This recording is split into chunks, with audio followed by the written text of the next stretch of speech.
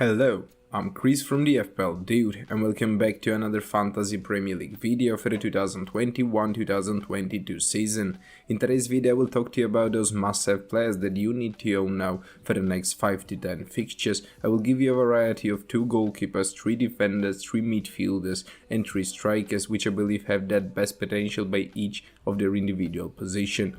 Now you don't need to own every single player on this list, but as many as possible is needed for you to be able to do good.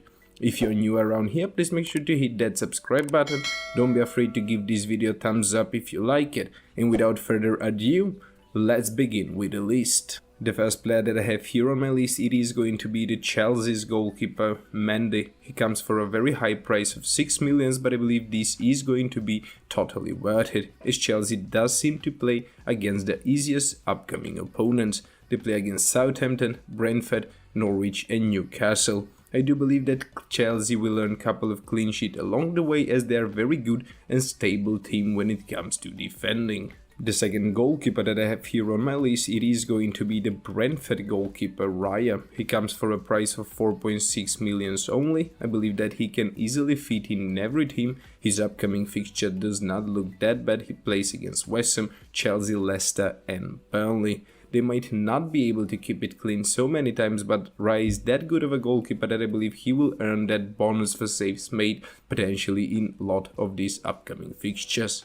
Now, if you really want a Chelsea defender or a goalkeeper that is about to do good because of those upcoming fixtures and you do not have 6 million to spend, you can potentially even go for Rudiger. He comes for a price of 5.6 million, that's 0.4 million less than Mandy, and he does seem to be offering us pretty much same clean sheet potential. He does seem to have settled as a guaranteed starter as well. I believe that he is only going to continue to play as a starter in the next couple of fixtures. Why do you believe that Rudiger should be in everyone's team right now is mainly because he does seem to possess even some attacking returns, guys. This next guy that I have here on my list might just be my favorite defender now, because he does play for Manchester City and his name is Cancelo. He's one of those most expensive defenders in the game. He comes for a price of 6.1 million, that just because his price rises by 0.1 million. I believe that he's only going to continue to get those clean sheets because Manchester City seem to be playing extremely good and their defense is pretty solid. They play against Liverpool now in Game Week 7. This is not why you want to bring in him, but you want to bring in him to keep him for a long run, because he plays against Burnley, Brighton and Crystal Palace in those 3 following game weeks after Liverpool. He is one of the most creative fullbacks in the whole Premier League as well. As for the last defender that I have here on my list, it is going to be the Arsenal player Tierney. He comes for a very low price of 4.9 million. He did very good now in the last couple of game weeks. Even Arsenal seemed to have improved. I don't know if it was because of those easy fixtures or just because the whole team seemed to be in form right now. However, they do have one of the best upcoming fixtures in the Premier League. They play against Brighton and Crystal Palace now in Game Week 7 and 8. Then they play against Aston Villa and Leicester in those 2 other following game weeks. I believe that Arsenal are going to be able to earn a couple of clean sheets along the way, but Tierney is not here only because of his clean sheet potential. He actually offers excellent attack return potential as well. He's taking a lot of shots and he is attempting a lot of assists. The first midfielder that I have here on my list, it is going to be the Leeds player Rafinha. Now, even though Leeds did had a tough start of the season, their form seemed to be pretty bad.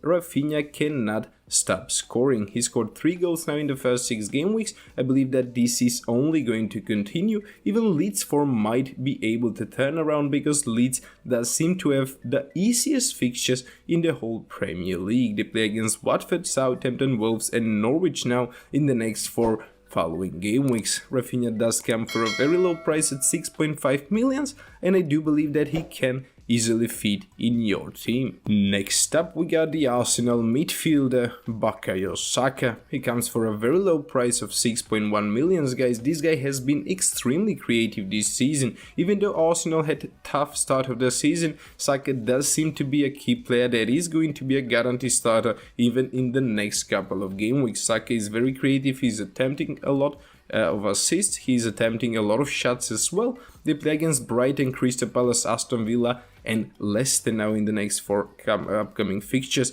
Arsenal might not be able to keep it clean in most of these fixtures, but I still do believe that Arsenal will be able to score a couple of goals, perhaps even up to 10 goals now in the next 4 fixtures. As for the last midfielder that I have here on my list, I believe this guy is the most essential player that everybody needs in their team. He does have excellent captaincy potential, and that is Mohamed Salla. He plays for Liverpool. Their upcoming fixtures might not be one of the best fixtures, but Salla has been the best Premier League player so far. You can't just ignore a player that is that in form. He has had 25 shots, 5 goals, 16 attempted assists and 3 FPL assists now in only 6 game weeks. This is the main reason, guys, he actually come for a very high price of 12.6 millions. But if you do not own Salla, I believe that might just punish you. They play against Manchester City now game week 7, so you might be able to skip on him